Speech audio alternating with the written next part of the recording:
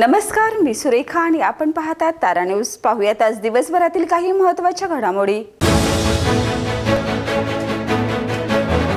सध्या मराठवाडा अतिवृष्टीच्या भीषण संकटातून जात आहे। अनेक गावे पाण्याखाली गेल्याने शेती, घरे आणि संसार उद्ध्वस्त झालेत। या परिस्थितीत कोल्हापूरकरांनी ही मदतीचा हात पुढे करावा असं आवाहन आमदार सतेज पाटील यांनी केले। भाजप कोल्हापूरच्या वतीने महाद्वार रोड परिसरातील व्यापाऱ्यांना स्वदेशी वस्तू विक्रीसाठी आवाहन करण्यात आले। खासदार धनंजय महाडिक, जिल्हाध्यक्ष विजय जाधव व पदाधिकाऱ्यांनी दुकानदारांना भेट देत घराघरात स्वदेशी अभियान पुढे नेण्याचे आवाहन केले। पन्हाळा तालुक्यातील दीपाली प्रकाश कदम यांनी CMEGP राज्य शासनाच्या रोजगार निर्मिती कार्यक्रमाअंतर्गत गारमेंट व्यवसायासाठी अर्ज केला होता। हा अर्ज मंजूर होऊन संबंधित प्रस्ताव bank of India Warna Kodoli शाखेकडे पाठवण्यात आलाय। मात्र गेले 4 महिने शाखा व्यवस्थापक घाटगे मॅडम यांच्याकडून उडवाउडवीची उत्तरे मिळत असून अपमानास्पद वागणूक दिल्याचा गंभीर आरोप त्यांनी केलाय। राज्यातील 32 जिल्हा परिषद आणि 336 पंचायत समितीच्या निवडणुकीसाठी राज्य निवडणूक आयोगाने मतदार यादीचा कार्यक्रम जाहीर केलाय। प्रारूप यादी 8 ऑक्टोबरला प्रसिद्ध होईल व 14 ऑक्टोबरपर्यंत हरकती नोंदवता येतील। सुनावणीनंतर 27 ऑक्टोबर रोजी अंतिम मतदार यादी व मतदान केंद्राची यादी जाहीर करण्यात येणार आहे।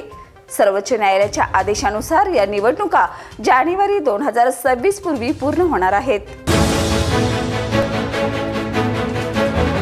जुलै व ऑगस्ट महिन्यात झालेल्या अतिवृष्टी व पुरामुळे नुकसान झालेल्या 20 जिल्ह्यातील 19,22,909 शेतकऱ्यांना मदतीचा दिलासा मिळालाय। शासनाने 13,39,49,000 रुपयाच्या मदतीस मान्यता दिली असून ही रक्कम तातडीने शेतकऱ्यांच्या खात्यात जमा केली जाणार आहे। चंदगड तालुका साखर कामगार युनियन हलकर्णी यांच्या नेतृत्वाखाली अथर्व दौलत शेतकरी सहकारी साखर कारखाना हलकर्णी येथे कामगारांनी आज जिल्हाधिकारी कार्यालयासमोर धरणं आंदोलन केले। राजारामपुरी पोलीस ठाण्याच्या पथकाने मोरेवाडी नाका परिसरातील कंजार भाट वसाहतीत बेकायदेशीर गावठी दारू भट्ट्यावर धाड टाकून तब्बल 87,200 किमतीचा मुद्देमाल नष्ट केलाय। ही कारवाई बुधवारी सकाळी 11:30 वाजता गोपनीय माहितीच्या आधारे करण्यात आली आहे। करवीर तालुका शिवसेना उद्धव बाळासाहेब ठाकरे तर्फे वळीवडे गांधीनगर व रुकडी रेल्वे स्टेशनवर सर्व एक्सप्रेस गाड्यांचा थांबा व्हावा अशी मागणी करण्यात आली। सध्या कोयना एक्सप्रेस येथे थांबत असून त्याबाबत रेल्वे प्रशासनाचा शाल रोपडी देऊन सत्कार करण्यात आलाय।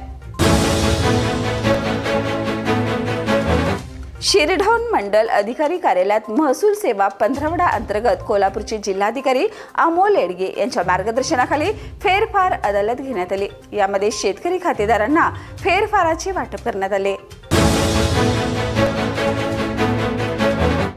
केंद्रीय प्राथमिक शाळा कनेरी येथे शिवकालीन शस्त्रे, नाणी व पुरातन वस्तूंचे भव्य प्रदर्शन उत्साहात पार पडले।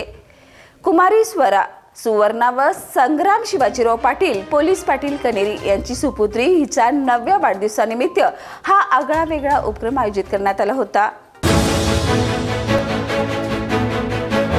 तर या होत्या आज दिवसभरातील काही महत्त्वाच्या घडामोडी। उद्या पुन्हा भेटूया नवीन बातमीपत्रासह। तोपर्यंत पाहत रहा तारा न्यूज। बाळ, फ्रीज मधून श्रीखंड काढ ना। आम्ही पूर्वी घरीच बनवायचो श्रीखंड, त्याची चवच वेगळी होती। आता काय सगळं रेडीमेड। आजी, हे श्रीखंड खाऊन बघ। आज तुझ्या आईनं घरीच बनवलं की काय? हे आहे गोकुळचं श्रीखंड। अगदी जिभेवर रेंगाळणार। जिभेवरच नाही तर मनावरही रेंगाळणार। गोकुळ श्रीखंड, मनावर रेंगाळणार।